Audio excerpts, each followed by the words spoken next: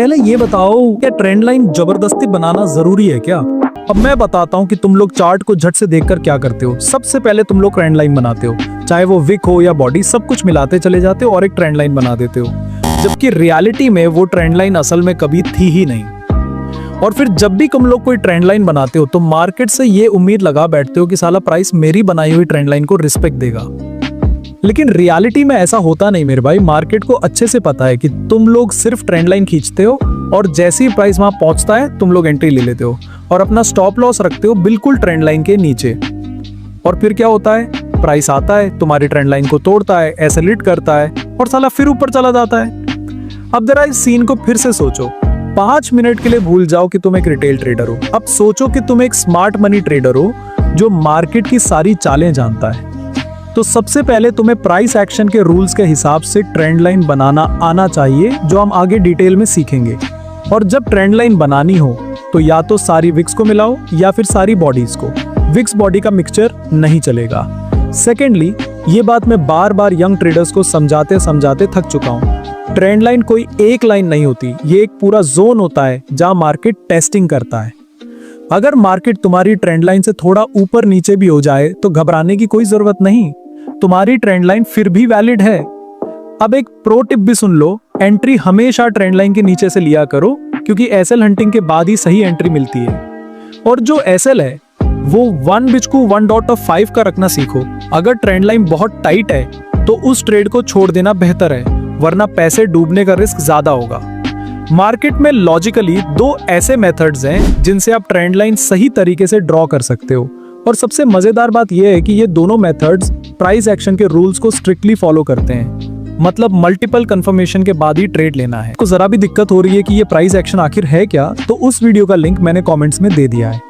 अब सबसे पहला मेथड जो हमारे पास है ट्रेंड लाइंस ड्रॉ करने का, वो है ट्रेंड ट्रेडिंग। इसमें हम इसके पीछे की मनोवैज्ञानिक को भी समझेंगे, क्योंकि मैं ट्रेडिंग में रट्टा सिस्टम पर विश्वास नहीं करता। और फिर हम ये भी सीखेंगे कि इस मेथड से ट्रेंड लाइंस ड्रॉ करके प्राइस एक्शन के जरिए एंट्री कैसे ली जाती है, जो मेरी राय में इस वीडियो का सबसे इंपॉर्टेंट पार्ट होने वाला है। तो चलिए सबसे पहले आज हम एक ऐसे सिनेरियो को डिस्कस करेंगे जहां पे ट्रेंड लाइन, सपोर्ट और रेसिस्टेंस तीनों एक दूसरे को इंटरसेक्ट करते हैं। और ऐसा सिनेरियो मार्केट में अक्सर देखने को मिलता है। FYI आपकी जानकारी के लिए, यहाँ पर ये तीनों पॉइंट्स आपस में टकराते हैं, उसे हम कहते हैं एरिया ऑफ कॉन्फ्लुएंस। और यही वो गोल्डन जोन होता है जहां मार्केट को देखकर कई प्रोफेशनल ट्रेडर्स पोजीशन बनाने का सोचते हैं, क्योंकि वहां पर मल्टीपल कॉन्फर्मेशंस होती हैं। अब देखो, ये जो तुम रेसिस्टेंस एरिया देख रहे हो, ये कभी ब्रेकआउट से पहले सपोर्ट एरिया हुआ करता था। अब बहुत से ट्रेडर्स इसी रेसिस्टेंस पर एंट्री प्लान करेंगे। कुछ लोग सिर्फ ट्रेंड लाइन को देखकर ही मार्केट में एंटर होंगे, कुछ लोग कैंडल स्टिक पैटर्न देखकर ट्रेंड लेंगे, और कुछ हम जैसे लोग होंगे जो एरिया ऑफ कॉन्फ्लुएंस बनते ही ट्रेंड लेंगे। मुझे पता है नए यंग ट्रेडर्स को ये समझना थोड़ा मुश्किल होता है, तो चलो इस इंपॉर्टेंट सेटअप को गहराई से एनालाइज करते हैं। अब क्योंकि मार्केट डाउन ट्रेंड में चल रही है, तो इसका मतलब ये है कि यहाँ हमें शॉर्ट की अपॉर्चुनिटी देखनी चाहिए। स्टेप बाय स्टेप समझो। सबसे पहले एक ट्रेंड लाइन ड्रॉ करो, फिर एक सपोर्ट एरिया मार्क करो जो ब्रेकआउट के बाद अब रेसिस्टेंस बन चुका है। अब ऑब्जर्व करो कि प्राइस फिर से रिट्रेस होकर उसी एरिया ऑफ कॉन्फ्लुएंस तक पहुंचता है, और फिर देखो कि कई कैंडल्स उस जोन को ब्रेक करने में फेल हो रही हैं। इसके बाद वहां पर एक मिनी ट्रेंड लाइन ड्रॉ करो, और अगर वो ब्रेक होती है तो वहां से आप 100% शॉर्ट की ट्रेंड ले सकते हो। अब चलो एक दूसरा उदाहरण लेते हैं जहां हम वही trend line plus price action की टेक्निक यूज करेंगे। अब इस दूसरे उदाहरण में भी तो वही trend line plus price action की टेक्निक यूज करोगे, लेकिन इस सिनारियो में हम एक और जरूरी चीज सीखेंगे, और वो है मल्टीपल टाइम फ्रेम्स का इस्तेमाल अल्टीमेट कंफर्मेशन के लिए। देखो, इस सिनारियो में मार्केट एक क्लियर डाउन ट्रेंड में है। जैसे ही ये नजर आई, तुरंत सबसे पहले तुम एक ट्रेंड लाइन ड्रॉ करोगे इन 3 पॉइंट्स को आपस में जोड़कर।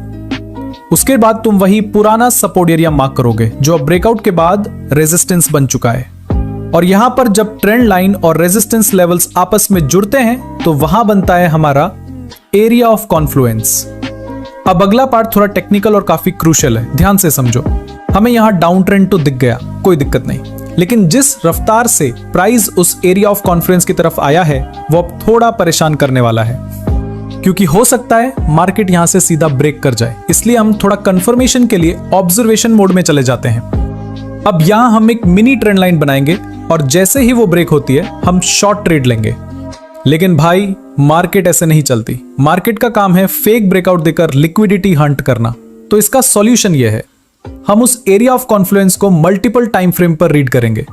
इसके लिए हम यूज करेंगे डेली टाइम फ्रेम और फॉरवर्ड टाइम फ्रेम। अगर किसी ने भी ये ऑब्जर्व किया कि हमारी मिनी ट्रेंड लाइन यहां पर ब्रेक हो जाती है और साथ साथ ही प्राइस अपना प्रीवियस लो भी ब्रेक कर देता है और बेरिश मूव कंटिन्यू करता है, तो ये एक पक्का कंफर्मेशन है कि अब मार्केट गिरने वाला है। स्पॉट ट्रेडर्स यहां से अलर्ट हो जाएं और फ्यूचर ट्रेडर्स यहीं से शॉर्ट की एंट्री ले सकते हैं। अब चलो ट्रेंड लाइन ड्रॉ करने की दूसरी टेक्निक को भी गहराई से समझते हैं। आपको स्क्रीन पर एक क्लियर अप ट्रेंड दिखाई दे रहा होगा क्योंकि यहां हमें हायर हाइस का फॉर्मेशन देखने को मिल रहा है। तो सबसे पहले एक ट्रेंड लाइन ड्रॉ करो। अब जरा ध्यान से देखो क्योंकि ये सीन मार्केट हमारे साथ रोज करता है। मार्केट यहां पर हायर हाई का मोमेंटम जारी रखने में फेल हो जाता है और उसकी जगह पर डबल टॉप का फॉर्मेशन दे देता है। याद रखना, डबल टॉप पैटर्न एक रिवर्सल पैटर्न होता है और 90% केसेस में मार्केट यहां से गिरता ही है।